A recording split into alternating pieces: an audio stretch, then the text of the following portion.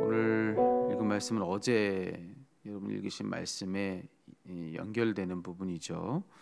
어제 읽은 말씀에서 우리는 이제 수냄 여인을 소개받았는데요. 이 여인은 어떤 여인이었는가? 성경 안에서도 소개가 되고 있죠. 자식이 없었다라고 하는 것입니다. 그 여인에게는.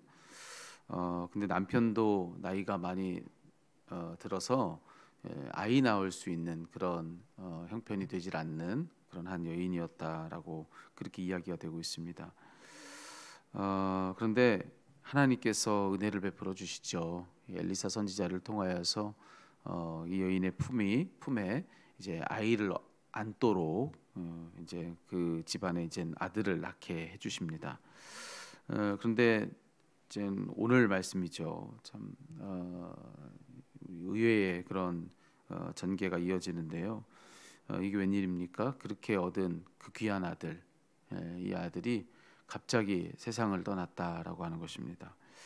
그러자 이 수냄 여인이 어떻게 했는가? 이제 성경은 오늘 이제 거기에 초점을 맞추고 그 이야기를 들려주는데요.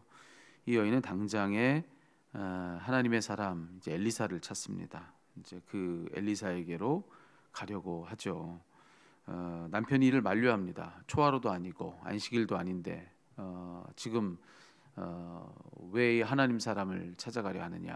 그러니까 지금 때가 어느 때인데 아들이 지금 죽어서 지금 장사 지내야 될 그런 때에 지금 이 하나님 사람을 만날 그런 때도 아닌데 왜 그리하려 하느냐라고 그렇게 만류합니다.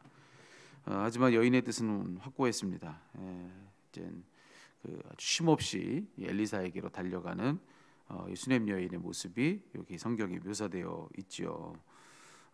그렇게 엘리사에게로 달려가서 이 수냄 여인이 했던 말은 뭐였느냐면은 28절의 말씀이에요. 저는 오늘 전체의 말씀 중에서 이 28절의 말씀을 주목해서 봤는데요. 여기 28절에 뭐라고 이야기를 했느냐면은 여인이 이렇게 얘기합니다. 여인이 이르되 내가 내 주께 아들을 구하더이까 나를 속이지 말라고 내가 말하지 아니하더이까 이렇게 얘기합니다.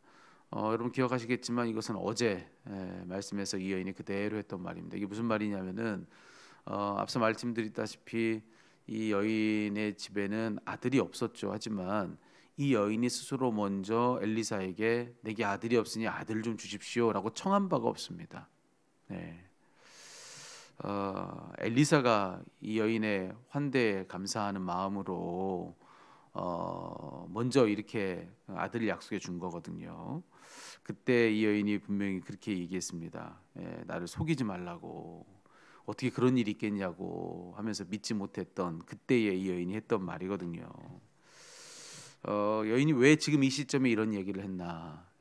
내가 언제 아들을 달라고 했습니까? 그리고 나를 속이지 말라고 분명 내가 그러지 않았습니까? 왜 지금 이 시점에 이런 이야기를 했겠는가? 물론 슬퍼서 하는 이야기죠. 이거는 뭐 여인이 하는 이 말은 문자 그대로 이 엘리사를 원망하는 말입니다. 이런 거죠. 내가 언제 아들을 먼저 달라고 했느냐고. 근데 왜 내게 구하지도 않은 이런 일을 위해서 이런 슬픔을 겪게 하냐고. 분명히 내가 그때 나를 속이지 말라고 하는 그런 말도 내가 하지 않았느냐고. 이게 뭐냐고 도대체. 줬으면 줬지 어떻게 주신 아들을 빼앗아 가느냐고 뭐 하는 이런 원망의 말들이죠. 근데 분명 지금 원망이 이 말 안에 지금 담긴 채로 이 여인의 말이 흘러가고 있는데 그 깊은 이젠 감정은 슬픔이죠. 슬픔. 너무나도 슬픈 마음이 아들을 잃은 그 슬픈 마음에 이런 원망도 터져 나오는 그런 장면 아니겠습니까? 그런데 과연 그것만인가? 여인의 이 말이 과연 그런 의미이기만 한가? 저는 이 여인의 이 말 안에서 믿음을 보는 겁니다. 믿음. 여러분 이 여인의 이 말 안에 담긴 게 왜 믿음이냐? 여인이 고백하는 거는 다른 거 아니거든요. 이건 하나님이 책임져 주셔야 되는 일입니다라고 하는 그런 고백이에요. 이걸 좀 바꾸어서 얘기하면 이 여인의 감정을 좀 빼고 이야기하자면 여인은 어떠한 믿음이 있어서 이 고백을 하는 것이냐? 하나님은 책임져 주시는 분이시다라고 하는 그 믿음이 있어서 하는 말이라고 하는 것이죠. 지금 이 아들에 대해서 이 어미가 한 얘기가 뭡니까? 하나님이 내가 달라고도 하지 않은 이 아들을 먼저 주셨단 말이에요. 그렇죠? 나는 믿을 수 없었을 때에도, 앞서 말씀드렸잖아요. 아들을 약속해 주자 그 여인이 했던 말이죠. 주의 종은 나를 속이지 마십시오. 그러니까 믿기지 않는 거예요. 네가 1년 뒤에 아이를 품에 안을 것이다. 그러니까는 이 믿겨지지 않아서 주는 이 하나님의 사람에게 엘리사에게 날 속이지 말라고. 이 말은 뭐냐면은 거짓말하지 말라고. 어떻게 그런 일이 있냐고 이런 이야기거든요. 그러니까 이 여인이 먼저 구하지도 않은 아들입니다. 그리고 자기 스스로는 믿지도 못했던 사건이에요. 그러니까 이건 뭐냐면 전적으로 하나님께서 하신 일이라는 거죠. 이 아들의 존재라고 하는 것은 하나님이 주셔서 그래서 이 아들의 생명이 있지 않았느냐라고 하는 것입니다. 그러면서 지금 원망에 섞여 있는 이 여인의 믿음은 뭐냐면은 하나님이 주신 아들인데 하나님이 책임져 주셔야 되지 않겠습니까? 이 얘기인 겁니다. 이 얘기. 예.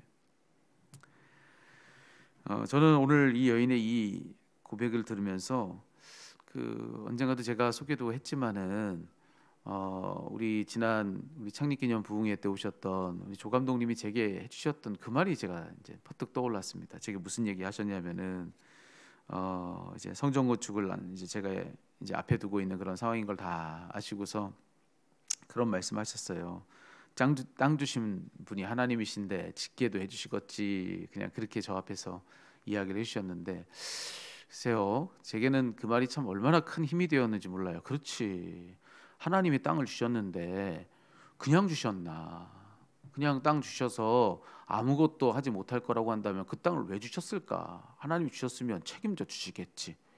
하나님이 이 땅을 하나님이 이건 분명 하나님이 주신 땅이라고 한다면 하나님이 그냥 하시는 일이 없는데 하나님 책임져 주시겠지라고 하는 이 감독님 이야기를 듣고 나서 제가 얼마나 큰 마음의 힘이 되던지요. 그러니까 다른 거 아니죠. 하나님이 책임져 주실 것을 믿어라라고 하는 그런 메시지인 겁니다. 근데 이 여인의 고백이 그런 거거든요. 감독님 제게 해주신 이야기는 땅 주신 분이 하나님이신데 짓게도 해주시겠지 이 말이었다고 한다면 이 여인이 하는 이야기는 뭐냐면은 이 아들의 생명을 주신 분이 하나님이신데 살게도 해주시겠지. 살게 해주시겠지. 뭐 그런 이야기 아니겠습니까? 그러니까 다른 얘기 아니에요.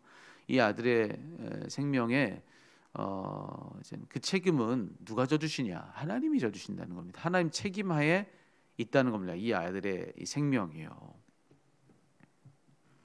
그래서 이 여인의 이 고백은 믿음이라고 말씀드리는 겁니다. 원망이지만 이런 원망을 잘 생각해 보세요. 이런 원망이 있었으면 하나님이 정말 어떻게 이러실 수가 있나? 이건 말도 안 되지라고 하는 어떤 원망만 그 안에 사무쳤다가 하면 굳이 여러분 지금 이 아들이 지금 당장 이 세상을 떠난 이 마당에 이 하나님의 사람 앞에까지 와서 이 말을 할 필요가 뭡니까? 그런 원망이 그 안에 있었겠지만 그 원망을 굳이 여기 하나님의 사람 앞에 와가지고 하는 그 까닭이 뭐겠냐는 거예요. 사람인지라 또 한 어미로서 아들이 내 눈앞에 당장에 세상을 떠나는 그 장면을 보고 왜 원망이 터져나오지 않았겠습니까? 우리 앞에 일어난 일 우리가 눈으로 바라보면서 여러분 우리가 그거 가지고 얼마나 많은 원망들을 그 가운데 했습니까? 이거 너무나도 자연스러운 일이거든요. 근데 이 원망을 어디 가서 했느냐? 이게 주의 종의 발을 붙잡고 했다는 겁니다. 그 앞에 가서 엎드려서 정말 지체하지 않고 종에게 얘기하지 않습니까? 내가 말하지 아니하거든 나를 위하여 달려가기를 멈추지 말라. 조금도 쉼없이 주의 종 앞으로 가라는 겁니다. 그리고 그 발을 붙잡고서 이 여인이 했던 말이 뭐냐면은 이 고백이에요. 이거요. 믿음이죠. 이거는 지금 우리 귀에 들린 말이 뭐든지 간에 하나님이 주셨으니까 이 아들 하나님이 책임져 주세요.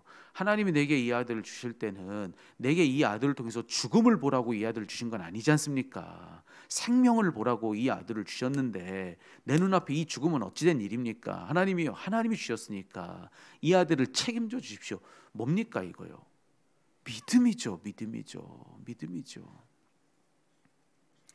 여러분 이 여인이 고백한 것은 바로 믿음 말고 다른 게 아니었다라고 하는 것입니다. 여러분 이 여인이 고백했던 이 믿음의 고백 하나님 오늘 말씀을 통해서 우리들에게 그 고백을 듣게 하시는 겁니다. 예. 여러분, 우리는 오늘 말씀을 통해서 한번 우리에게 필요한 고백이 무엇인지를 한번 생각해 볼 필요가 있을 것 같아요. 오늘 성경은 우리들에게 이 고백을 하라라고 그렇게 우리를 도전해 주고 있습니다. 하나님 누구신가? 하나님은 책임져 주시는 분이시라는 겁니다. 네. 여러분, 하나님이 누구시냐면 우리 하나님은 책임져 주시는 분이시다라고 하는 거예요.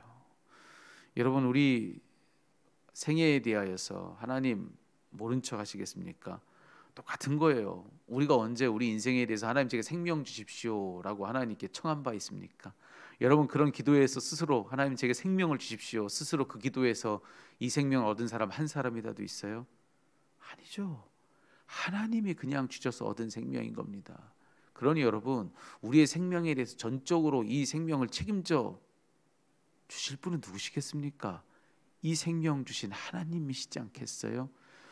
여러분, 내 생명이니 내가 책임져야 하겠지만 여러분, 어찌 내가 다 책임질 수 있는 그런 생애냐고요. 우리의 삶이 그럴 수 없는 일들이 얼마나 많습니까? 그럴 때 우리는 이 문제를 가지고 누구에게로 달려가야 된다는 그런 이야기겠습니까? 하나님 앞으로 달려가라는 겁니다. 그분의 발치 앞에 앉아서 엎드려서 온전히 그분께만 내 소망을 두고 가서 우리가 기도해야 될 바는 무엇이냐? 하나님, 내게 생명 주신 분이 하나님이신데 하나님이여, 내 생명을 책임져 주옵소서. 내 생명의 모든 것을 책임지시는 주권자, 주관자, 그분은 바로 하나님이신 걸 믿으니 하나님이여, 내게 그런 역사 베풀어 주옵소서. 여러분, 내 모든 일들에 대하여서, 내 삶에 있는 모든 일들에서 하나님이 상관없지 않은 분이시라는 것을 깨닫는 거, 여러분, 이게 참 중요한 겁니다. 아니, 상관없는 누군가에게는 가서 이런 말 할 수 없죠. 누구에게 가서 책임지라고 하겠습니까, 여러분? 아무것도 우리가 관계없는 누군가에 가서는 책임지라는 말을 할 수가 없는 겁니다. 근데 하나님은 너무나도 관계 있으신 분인 겁니다. 우리 생명에. 전적으로 우리 생명 그분으로 인하여서 있는 거거든요. 그러니 여러분, 이 고백은 너무나도 마땅한 일이라는 거예요. 하나님 책임져 주십시오. 하나님이 주신 생명인데 하나님, 내게서 죽음을 보라고 이 생명 주셨습니까? 하나님, 내게 생명 주셨으니 내게서 이 생명을 누리게 하옵소서. 하나님, 책임져 주시옵소서. 여러분, 하나님께 이 기도를 여러분 정말로 믿음 가지고 할 수 있는 저와 여러분, 우리 모두가 다 되기를 간절히 소망합니다. 하나님 누구시라고요? 책임져 주시는 분이시다. 책임져 주시는 분이시다. 그래서 여러분, 오늘 이 말씀 붙들고서 이 여인처럼 그분 앞으로 달려가십시오. 그분 앞으로 달려가서 여러분, 그 모든 만사를 그분께 쏟아놓고 그리고 거기서 답을 찾는 그런 저와 여러분 우리가 될 때에, 오늘 여기 말씀해 보십시오. 이 여인은 죽음을 보는 듯 했지만 끝내는 생명을 보지 않습니까? 하나님의 약속은 그대로 이어집니다. 하나님께서 분명히 어제 읽은 말씀에서 뭐라고 했습니까? 내 품으로 네 아들을 안을 것이다 라고 그렇게 이야기하지 않았습니까? 근데 오늘 마지막에 37절의 말씀이죠. 여인이 들어가서 엘리사의 발 앞에 땅에 엎드려 절하고 그 다음에요, 아들을 안고 나가니라. 하나님의 약속은 신실히 이때까지도 이어지는 것을 우리는 보는 것입니다. 내 품 안에서 내 아들이 죽은 것을 봤는데도 불구하고 우리가 하나님 안에서 이 약속은 그대로 여전한 것을 보는 것입니다. 그런데도 불구하고 여전히 오늘 이 마지막에 그래서 있는 그 결과가 뭔가를 봤더니만 여전히 이 여인은 하나님의 약속대로 아들을 안더라라고 그렇게 이야기해주고 있는 것입니다. 한치의 거짓이 없고 한치의 오차가 없이 우리에게 말씀하신 바를 이루시는 신실하신 하나님, 여러분, 그 하나님 오늘 이 아침에 꼭 붙드시고, 눈앞의 일들은 왔다 갔다 막 정말 정신없이 우리의 생각과 우리 혼을 쏙 빼놓으면서 우리를 어렵게 할 거예요. 상황은 달라집니다. 하지만 하나님의 말씀은 여전하십니다.